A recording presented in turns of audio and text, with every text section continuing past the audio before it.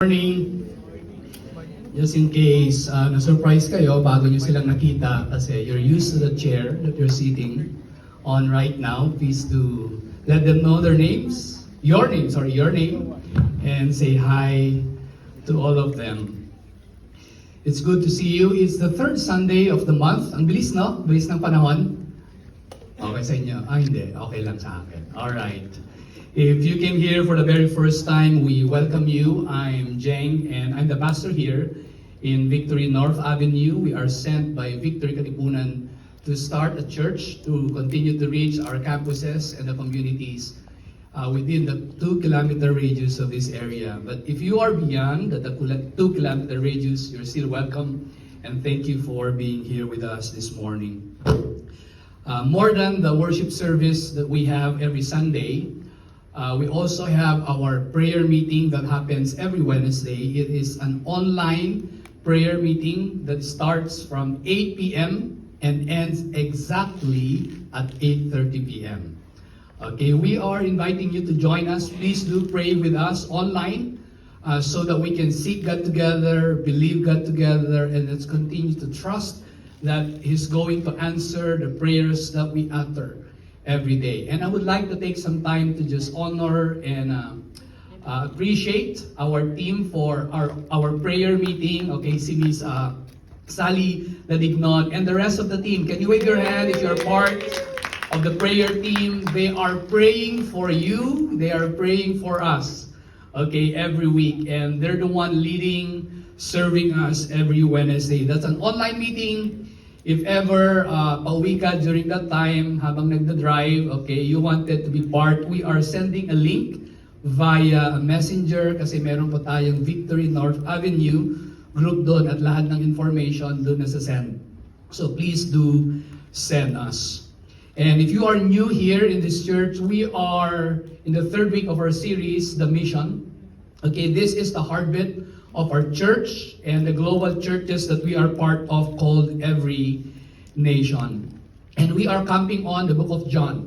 From the first week until next week, we are looking at the book of John on how God has shown to us His desire to pursue us, and at the same time as He pursues us, He is also sending us. Ngayong umaga, pag-usapan natin yung text sa John chapter 20. I'll start reading in verse 19 and end in verse 23. Okay, if you have your Bible with you, please open it there. Pabuksan yung Bible nyo. Okay. Sa Bible ko, it's in page 711. Okay, anong page yan sa app nyo? Wala, okay? 711. John chapter 20, starting in verse 19 through 23. It says here, on the evening of that day, the first day of the week, the doors being locked where the disciples were for fear of the Jews, Jesus came and stood among them and said to them, "Peace be with you." Can you tell that to the person seated next to you? Peace be with you. When he had said this, he showed them his hands and his side. The disciples were glad when they saw the Lord. Jesus said to them again, "Peace be with you. As the Father has sent me, even so I am sending you." And when he had said this, he breathed on them and said to the disciples, "Receive the Holy Spirit. If you forgive the sins of any, they are forgiven them. If you withhold forgiveness from any, it is withheld." Let's pray. Lord, thank you for the words that have been written by John, inspired by the Holy Spirit. Thank you that these words that were written also to us. Yet, there was an original audience that's applicable to them during that time, but for us as believers of Jesus who confesses that Jesus is the Savior and the Lord of our lives, this is also true to us. Lord, open our eyes, Holy Spirit, open our eyes to see what you have for us from this text. Open our hearts that we may perceive and respond accordingly to your words this morning. In Jesus' name we pray. Amen. So we're going through the series, The Mission. And at this point, we are looking at the specific verse in verse 21, where Jesus said, "Peace be with you as the Father has sent me, even so I am sending you." How many of you here, you've been part of a mission trip? Okay, whether outside the Metro Manila, or in the nations. Okay, can you raise your hand? Paris naman yung mga kamay niya. Okay. And for me, it was year 2009 when I led a mission trip in Taiwan. But that was not the first mission trip that I was part of. It started when I was new in my faith, when I was a new believer in Jesus, when I was still a student. Because I was part of a group leading our organization then, which is called Youth on Fire, okay, which is now called Every Nation Campus. Na-reveal yung age ko, no? Okay, let's say dito, you still heard Youth on Fire before, okay? There you go, okay, batchmates, okay? And I was part of the organization. One of our campus missionaries then asked me to lead Youth on Fire. And one of the ways for us to serve not only our campus and our community is to start a program, an event where we get to connect with people outside the church so that we can serve them. So ang ginawa namin, it was the month of December. Aside from us partnering with an organization, a frat group that we have in school that's so popular, we also had an opportunity to partner with a school, a daycare center that's around 10 kilometers away outside of the vicinity of the city where we were in. And we started doing the work, preparing and everything. It was tough because it was our first time we will be serving a daycare community. Okay, we won't be riding our own car, we won't be riding the jeep, or we won't be riding anything that would help us. Eventually, it was a jeepney, okay, wherein we need to pass through a rough road na kung saan sa gilid may bangin. Okay? And we were scared and we were challenged. We're thinking, okay, why do we choose to do this? It was a preparation wherein we poured out so much money, resources, sacrifice, and yet, when we were there, we have seen how God has moved, okay, in the lives of those students in the child care center. In fact, the one, okay, leading that and serving in that area, she was telling us, thank you for letting us be part of what you consider the group that you want to serve this season. It was a mission trip that became a turning point that has changed the way I see the mission of God. Because the mission of God is beyond us going to the nations of the world. The mission of God includes and involves reaching the community with a small group of people and with the little things that we do for the sake of God and others. So as we dive into John chapter 20 in verses 19 to 23, I want you to take note that prior to this segment, okay, Mary Magdalene had an encounter with Jesus. Remember that. Jesus died, okay? He was hung on the cross, he was wounded, he was pierced, and he died. His body was taken down, okay, as a proof that this Jesus who was crucified died. Because that was the norm, that was the culture, that every dead person was hung on the cross. When you are taken down, it's a proof of them saying, this person died. Then when Jesus died, he was brought to the tomb. Then after 3 days, he rose from the dead, and Mary Magdalene became the first witness of the resurrected Jesus. Okay, Jesus rose from the dead. And if you would observe in that conversation, okay, kausap ni Jesus si Mary, pero si Mary, feeling niya gardener yung kausap niya. Okay, along the way, Jesus revealed himself to her. Then in this segment that we have read, Jesus showed himself to the disciples. Can you say disciples? The disciples have been following Jesus for the past 3 years at this point. And they've been hearing Jesus, I will be dying in the future, but I will be resurrected from the dead also. Then after this segment, you can also hear the story of Thomas. Okay, he was doubting about Jesus. The disciples were telling him, we've witnessed Jesus. He rose from the dead, as he has promised before. And at this point, Thomas was saying, unless I'll touch that wound on his side, I won't believe. But eventually, Jesus showed up to him. Now let's zoom in to what we have read, verses 19 to 23. Kasi nung first week, ang pinag-usapan natin, we talk about the Father's love. The very motivation of the mission was the Father's love in the person of Jesus to die for you and for me. And Jesus made a sacrifice. Last week, Ferdy talked about that, where He died for us. And through His death, now we are brought near to God. And through His death, right now, we are in a relationship with God because of Jesus and when we respond in faith. When I look at this phrase, the doors being locked, or the disciples were fear of the Jews, I recall the time that was 6 years ago when it was lockdown. Remember those months and years? Okay, nalala niyo pa pa? Or you don't want to recall already? And I was thinking about this. Imagine the experience of the disciples at that time. It was described here that they were fearful. They have withdrawn to the point they need to lock the doors because they were afraid of the Jews. Because when you are afraid, you withdraw. When you are afraid, you freeze. You cannot move, right? When you are afraid, you run away instead of facing the fact, the reality of life. When you are afraid, you end up not doing what God has for you. But it says here, God showed up. Think about this. Imagine with me. The doors were locked and Jesus showed up.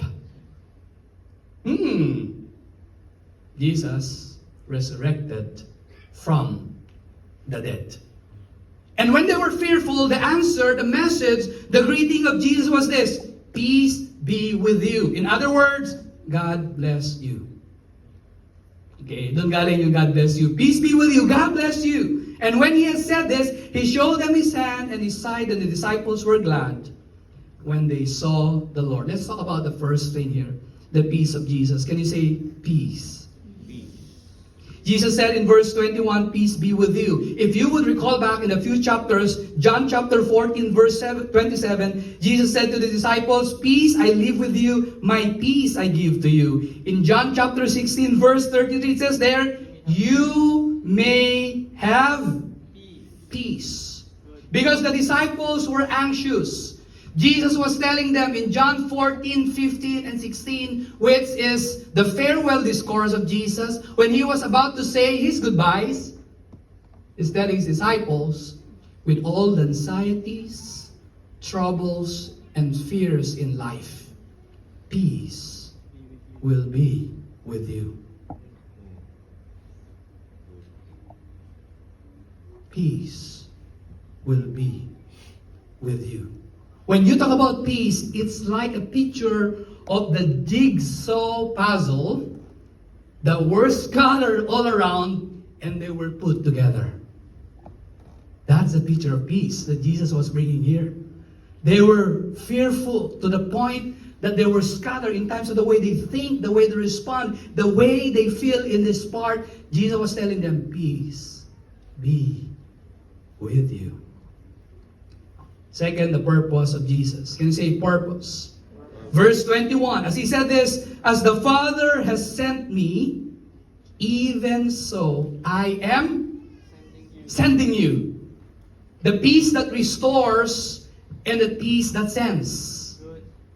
A peace that the disciples can experience in the midst of their fear. A peace that's real and true despite what they went through, and it is a reality. It restores them back to the posture so that they can receive the peace that will send them along the way. Purpose, peace, and purpose. And lastly, verse 22.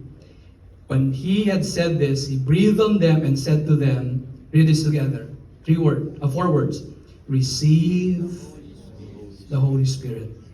The peace of Jesus, the purpose of Jesus, and the person of the Holy Spirit. Here's what we're going to do right now. Taas mo yung kamay mo. Okay, look at your palm. Blow your palm.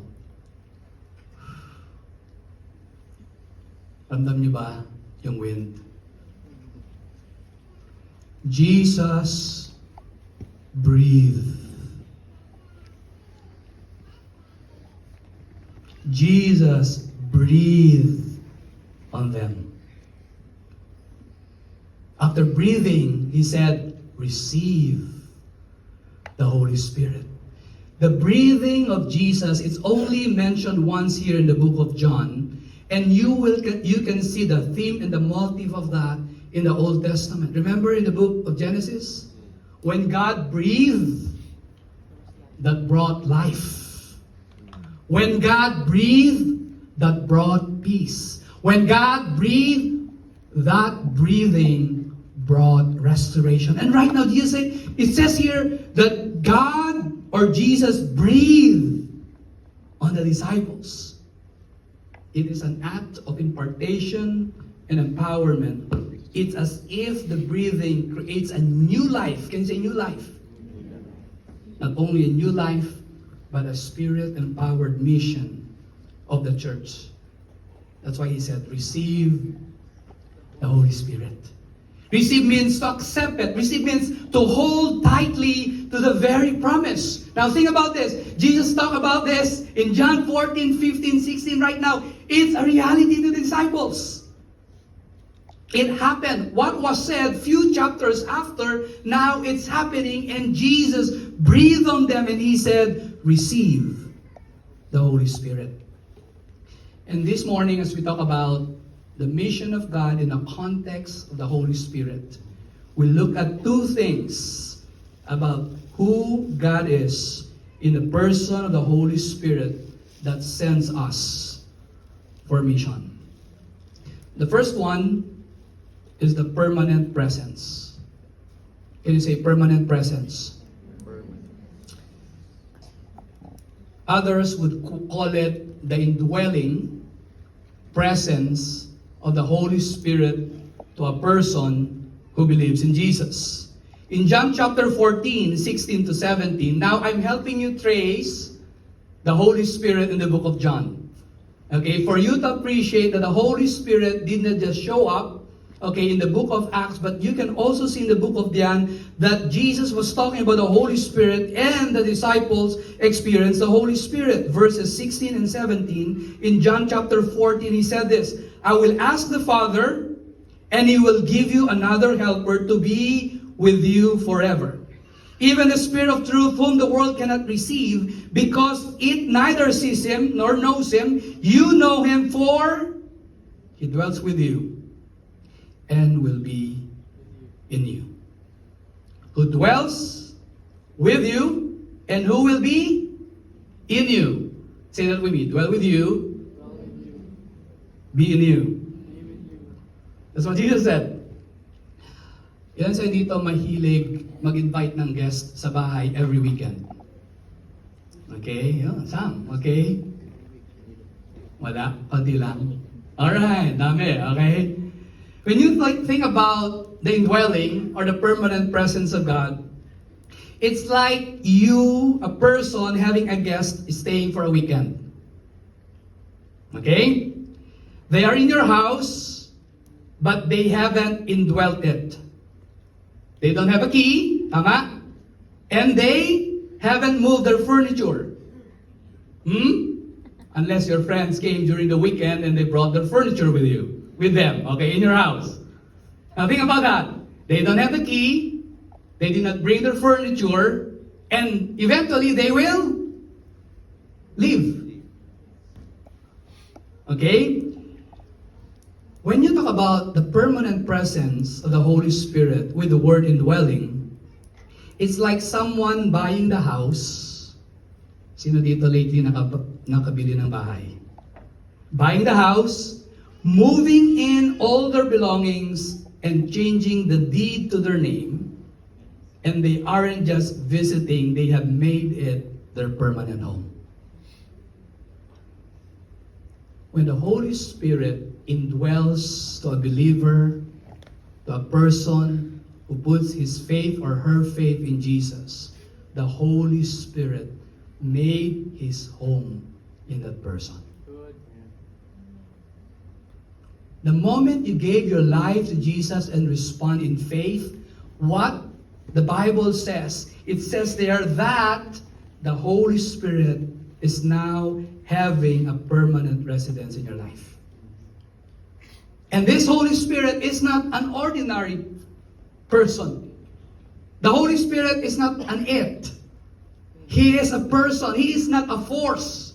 He is a person. That's why it says there in John 14:16 and verse 26, another helper. Okay, the helper, John 14:26, John 15 verse 26, the helper. This Holy Spirit is both the helper and the truth. You would observe that the truth, it says there, verses 16. Okay, verse 17 of John 14, the Spirit of truth. John 15 verse 26, the Spirit of truth. John 16 verse 13, the Spirit of truth. I'll be calling Joash. Okay, palakpan naman si Joash. When you think about the Holy Spirit, who is both the helper and truth, this is what it looks like. Joash is a believer of Jesus. Tama no? You're a believer of Jesus. Sure ka naman, di ba? Okay. When the Holy Spirit becomes your helper, another helper, it means someone who is like Jesus. Okay, who goes with the disciples. Right now, Jesus will be ascending to the heaven in the next few days after this story. But eventually, Jesus promised the Holy Spirit with you. When you are a believer of Jesus, you follow Him. Okay, Josh, lakad ka. You walk. You move. Tinama ka. You move. There are times in life when you get tired, you pause, you look back, I'm still here. You journey with life, there are struggles that you face in your relationship, in your finance, in your work. It's as if you've been away from God. When you look back, I'm here. The Holy Spirit, are you leaving me? As a helper, is close beside those who believe. That no matter how far you feel like you're away from God, when you look back, I'm here. No matter how far you run, because you doubted God, nagtampo ka kay God, may nangyari sa trabaho mo, feeling mo hindi na-meet yung expectation mo, when you look back, permanent presence. Hindi na kita susundan.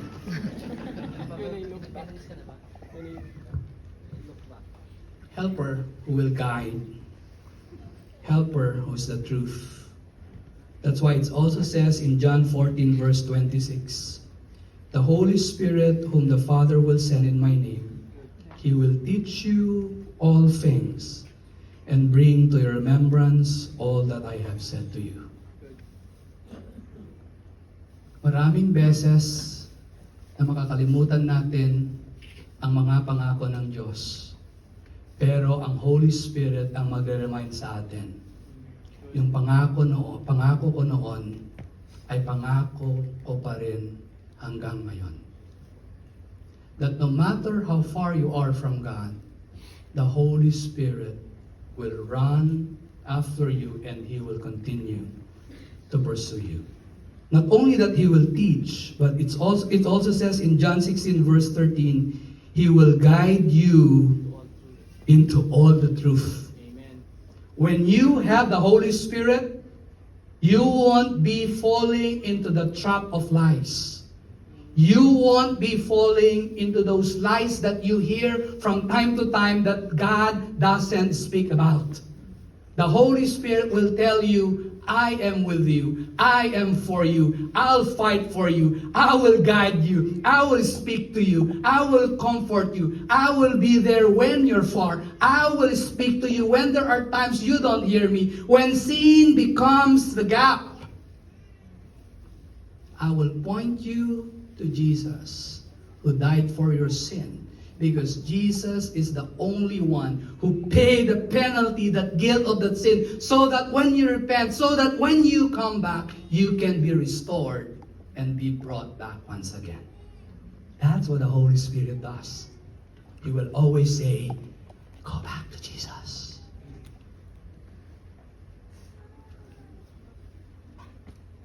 Can you say permanent presence? Secondly, continuous power. Others call it the infilling of the Holy Spirit. I have a glove. Okay.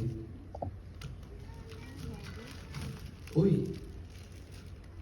Kita na ba kayo ng glove? Bago to, bago.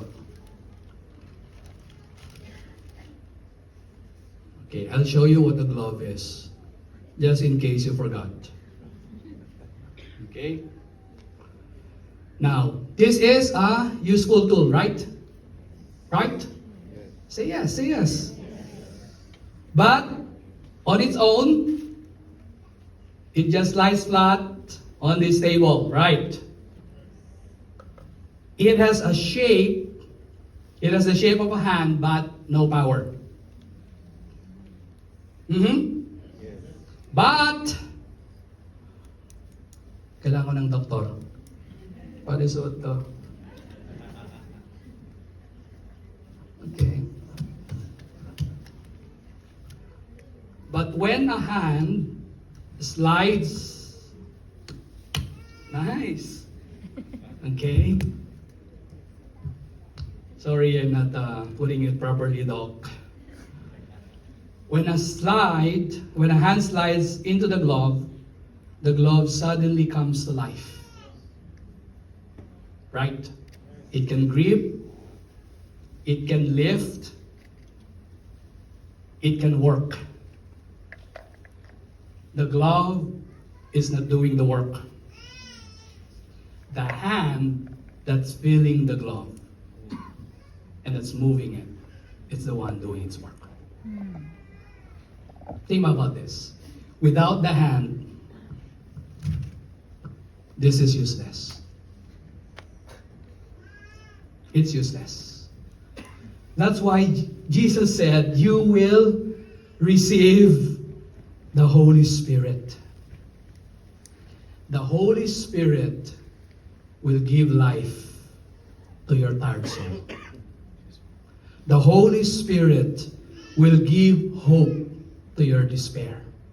The Holy Spirit will empower you to be strong so that you can move again. The Holy Spirit will fill you with wisdom so that you can make the right decision. The Holy Spirit will be there to fill you up with His presence, with His power, with His promises, so that your life will not remain depleted, but it will be made whole and in peace with God, so that you can fulfill His purpose.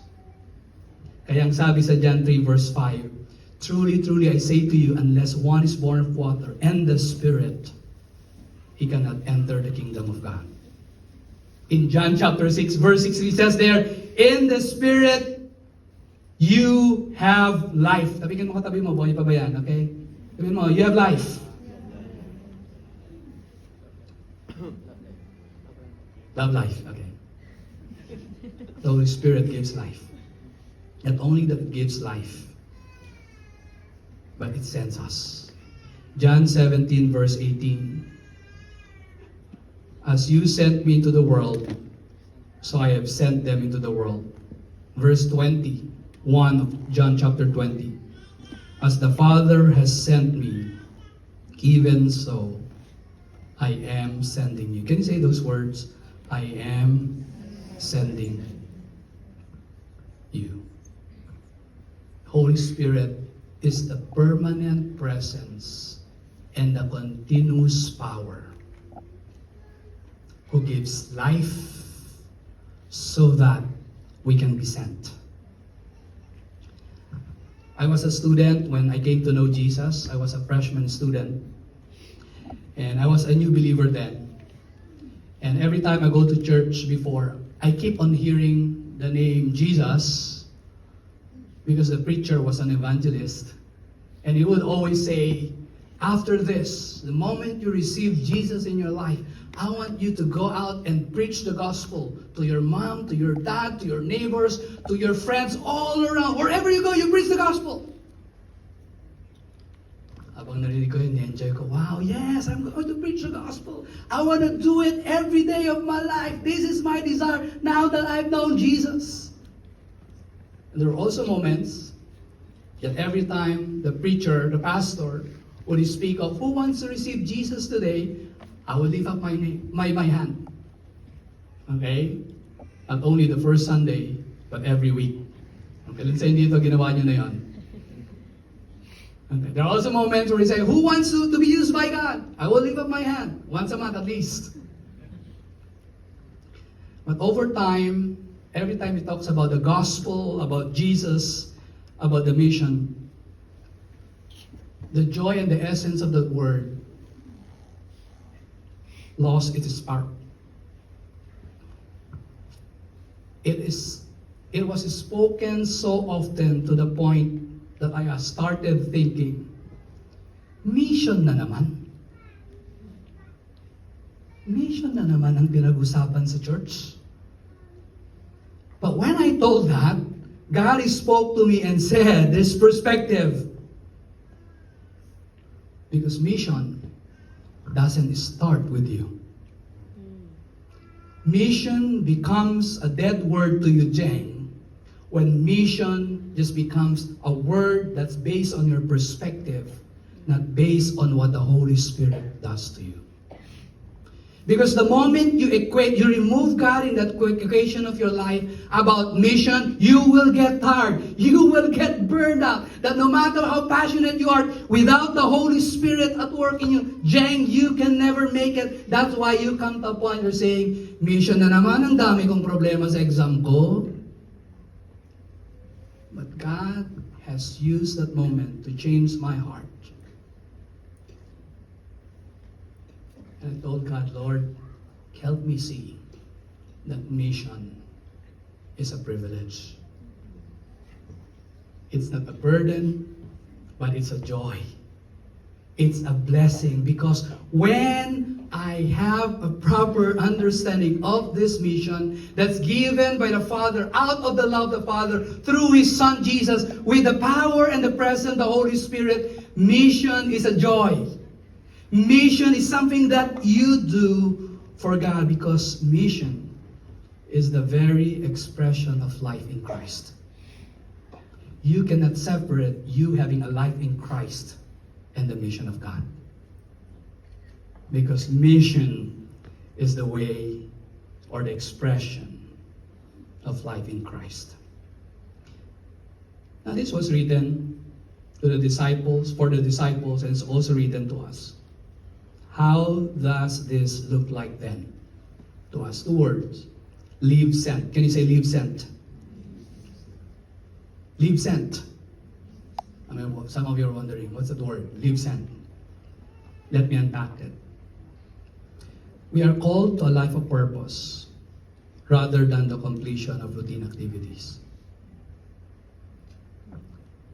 When you go out to your home, when you represent Jesus, when you have the Holy Spirit, life is beyond routine. When you have the Holy Spirit in your life, you see that life has a purpose. You will see Monday not just a dreaded routine for you. Monday na naman. Yay, Friday, okay? But you will see that every day is a life of purpose. Okay, it's a life of purpose. You carry the presence of the Holy Spirit.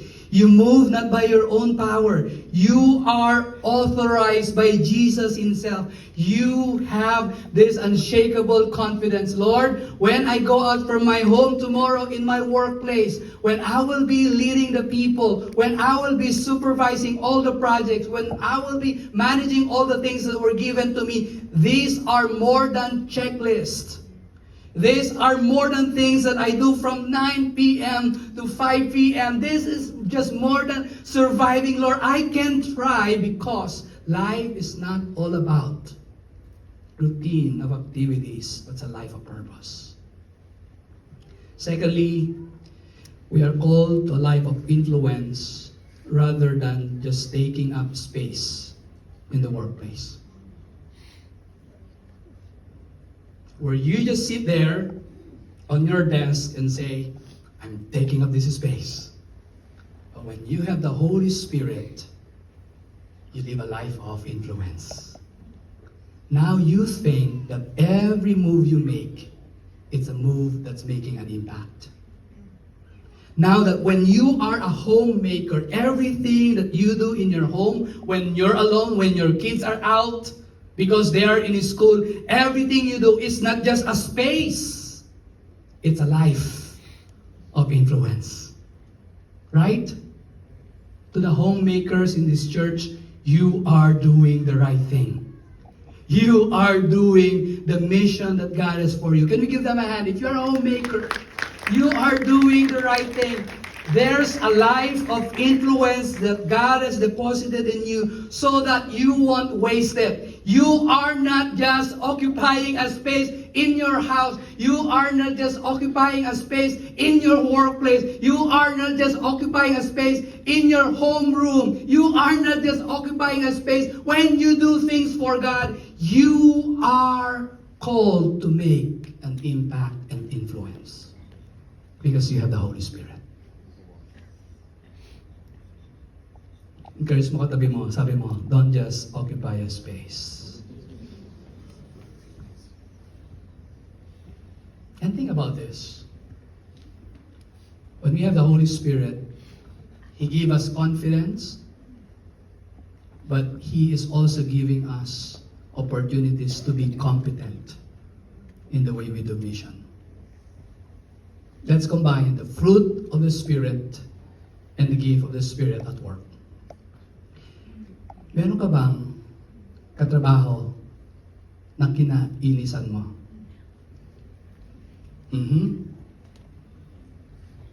Okay, nalala. Okay, sige.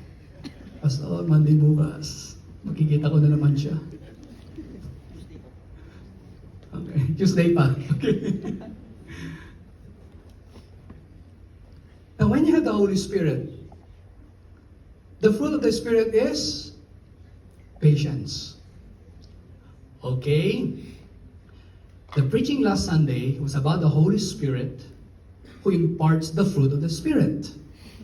Love, joy, peace, patience, kindness, gentleness, self-control. Hindi yan tinuloy. Because you have the Holy Spirit speaking to you and saying, despite that person, you not liking that person, you can be patient. But you are not just patient because the Holy Spirit will give you the gift to speak the right word and to serve in the right way. Now you combine the patience and the service that you do in your workplace now. Now you are doing the mission. You are applying love, joy, peace, patience, kindness, gentleness, self-control, and you have the right time, the right moment where you would ask the Holy Spirit, what's the best thing to do to express this fruit of the Spirit through the gift that God has entrusted me to fulfill my mission today. You're called to a life of purpose, and you are called to a life of influence. 2 questions before we pray. What does it look like to live sent within your home, your neighborhood, and your workplace today, tomorrow, and every day? How will you steward your time, your talent, and treasure to align with the mission of God? Let's pray.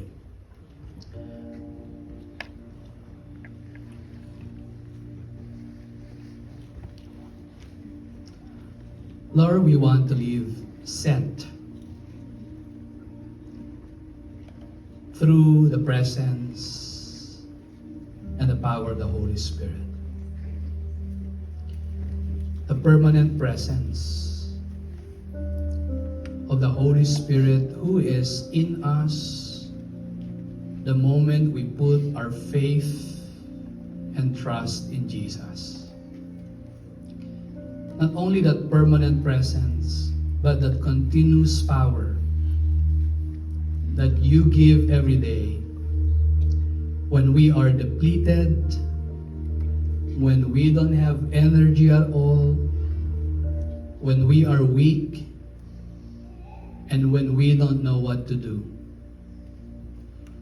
Holy Spirit, thank you, Lord, that you are always with us and for us. Minister to us. Or as we think about these questions that we have, Lord, help us live this kind of life within our home. And we take that moment to ask God, Lord, how do you want me to live sent within my home? How do you want me to live sent in the way I relate to my siblings, in the way I talk to my parents, in the way I converse with my spouse? Lord, to my neighborhood, to the person that I remember right now, who's always there, I say hi and hello. How do I live sent for that person? In the workplace, the business that you have entrusted, the work that you have given, what does that mean? Does it mean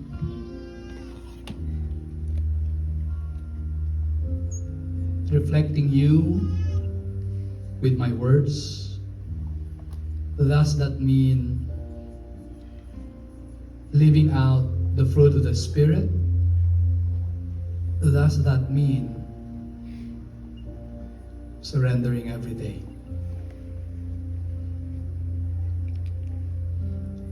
Holy Spirit, I pray that you will speak to us. In the way we steward our time, is it a time, really a time for you, or a time for our own sake?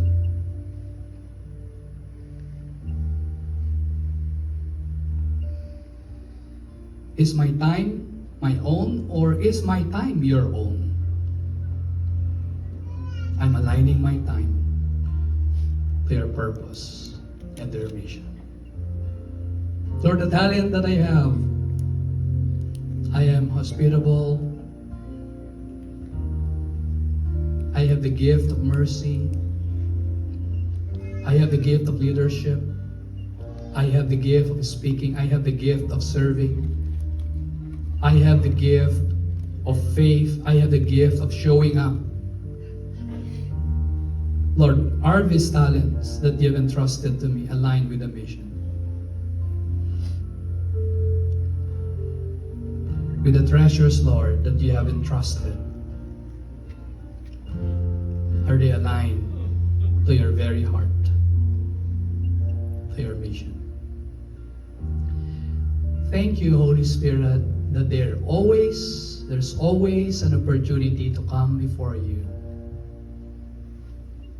You highlighting what's not right in our heart. Because when you highlight it, you don't just show it, you change what's wrong in our hearts.